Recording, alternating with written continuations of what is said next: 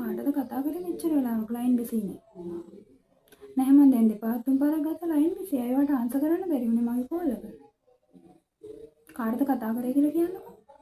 නැහැ මට ඉදහසට කාරණා එපා. ඔයා කාටද කතා කරේ කියන්නකෝ. අනේ බබා ඔයා ගන්නකොට මම යාළුවෙක් එක්ක කෝල් එක හිටියේ.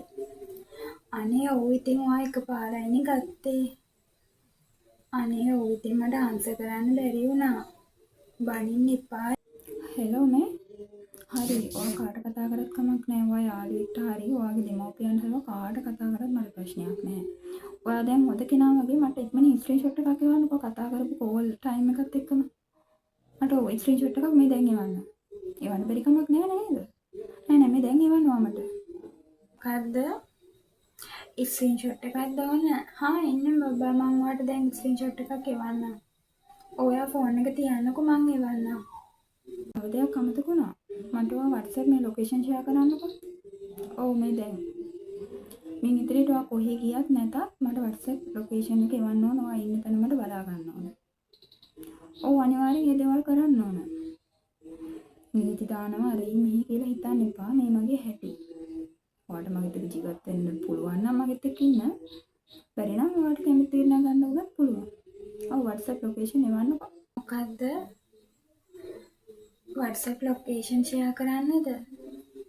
හරි ඉතින් මම ඔයාලට එවන්නම්. මම සාමාන්‍ය කොහේ ගියත් ඉතින් ඔයාලට ලොකේෂන් එක දානවනේ. හරි මම ඔයාලට දාන්නම්. මේ බබා මේ අහන්නකෝ. ඔයා මින් ඉදිරියට ඔයාගේ අම්මා තාත්තට හෝ වේවා ඔයාගේ සහෝදරයෙක්ට හෝ වේවා ඔයා යාළුවෙක්ට හරි කාට කතා කරත් ඔයා අනිවාර්යෙන් කතා කරන්නේ කාටද කියලා මේ මට කියන්න ඕන. මගෙන් අවසර අරන් තමයි ඔයා කතා කරන්න ඕනේ. නෑ මේ මගේ හැටි කියලා ඔයා දන්නවනේ. මොකද අද ඊයේ පටන් ගත්ත එකක් නෙමෙයි අපි දෙන්නගේ.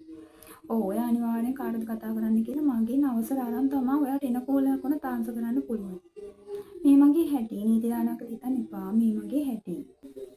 දැන් මම මගේ අම්මා තාත්තට කෝල් එකක් ගන්නත් ඔයාගෙන් මට පර්මිෂන් ගන්නද කියන්නේ. ඉතින් එයාලගෙන් ඉඳලා හිටලා මට කෝල් එනකොට මම ආන්සර් නොකර ඉන්නද කියන්නේ. ඇයි ඔයා මට මෙහෙම කරන්නේ?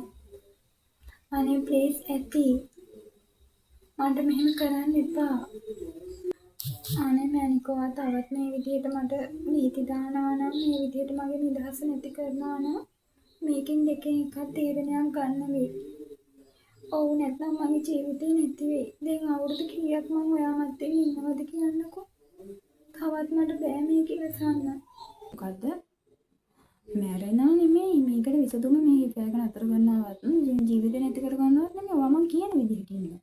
ඔයාට මං කියන විදිහට ඉන්න බැරි නම් ඒක ඔයා තීරණයක් ගන්න පුළුවන්. ඔව් ඔයාට මම කියන්නේ මම කියන විදිහට ඔයා ඉන්න ඕන. ඒ වුණාට ඉන්න බැරි. හරි. ඔයා තීරණයක් ගන්නකො හිතලා බලලා මං කියන විදිහට ඔයාට ඉන්න පුළුවන්ද බැරිද කියලා. හොඳද? හරි මං තියන්නම්. නැහැ වැඩි කතා ඕනේ නැහැ. මං තියන්නම් ඔයා තීරණයක් ගන්නකො. මරුණත් මට දුකක් නැහැ. මට ප්‍රශ්නයක් නැහැ. මොකද කිතුවක් කාර කෙනෙක් මට වැඩක් නැහැ. එච්චරයි.